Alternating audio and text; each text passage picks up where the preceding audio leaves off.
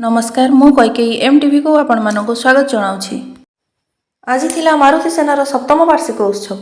सारा राज्य में मारुति सेनार सबु जिलार कार्यकर्ता माने और विभिन्न स्वेच्छासेवी संगठन मानक नहीं पुरी संस्कृति भवन ठारे एक आलोचना चक्र आयोजन करा जायतिला। एही स्वार्थपर दुनिया रे निस्वार्थपर सेवा पई कहा पाखरे बा समय अछि। समस्ते केवल आधुनिक रु अत्याधुनिक हेबा लक्ष्य रे आगे चली जेते संपत्ति थिले मध्य संतुष्ट नुहंती मरिबा पर्यंत आहुरी संपत्ति पाई व्याकुल। तथापि धीरे धीरे समाज रे अनेक लोक बुझिलेनी जीवन माने हेउची निजे बंची अन्य को बंचाइबा।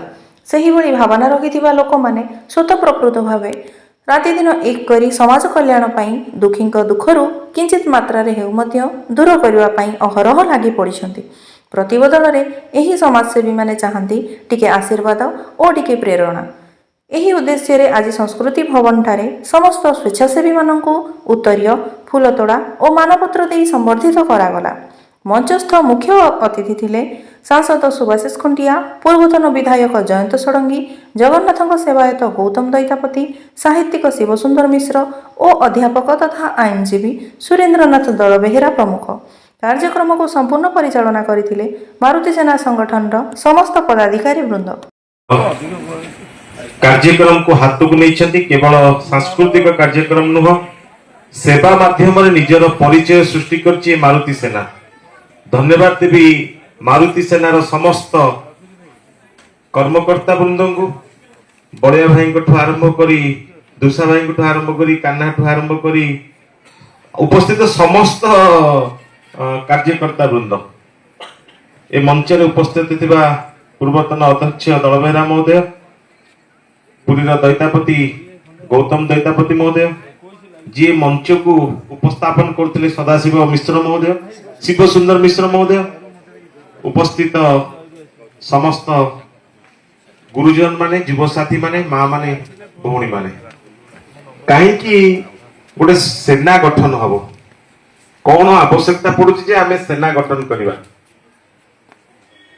कलिजुग रे मनुष भली अमूल्य जीवन आमे पाइछि, तेणु service to mankind is service to God. मानव सेवा है माधव सेवा। कलिजुग रे मानव रूपी माधवंकर सेवा करिबा पाई गोटे प्लेटफॉर्म आवश्यकता रही। से प्लेटफॉर्म टी मारुति सेना माध्यम रे आपण मानक सम्मुख रे आसीछि सेवा करिबा पाई। केवल सामाजिक काम नुह, आपण देखंतु रक्तदान ठू आरंभ करी वृक्षरोपण ठू आरंभ करी खाद्य बंटन ठू आरंभ करी अनेक पिलामानक भीतर थिबा प्रतिभा को अन्वेषण करी ए मारुति सेना आगु को काम करुछंती। पार्लियामेंट चलछि, आज बजेट अधिवेशन मोर घरे काम थिला, मु कथा देइथिली मु जेमितेरे जाई पहुंचीबी, आज आसी पहुंचली। धन्यवाद देवी बड़िया भाई एवं समस्त टीम की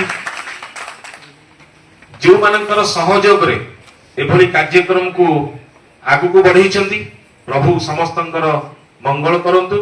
आगामी दिन रे ए सेना किपरि विश्वव्यापी हो एवं समस्तंकर प्रिय भाजन हो एवं जनसेवा रे समस्ते किपरि प्रति होतु आज दिन रे प्रभु को पाखरे प्रार्थना करछि। जय जगन्नाथ, वंदे उत्कल। पुरी रिपोर्टिंग सुलोचना साहू सहित प्रदीप महापात्र, एमटीवी।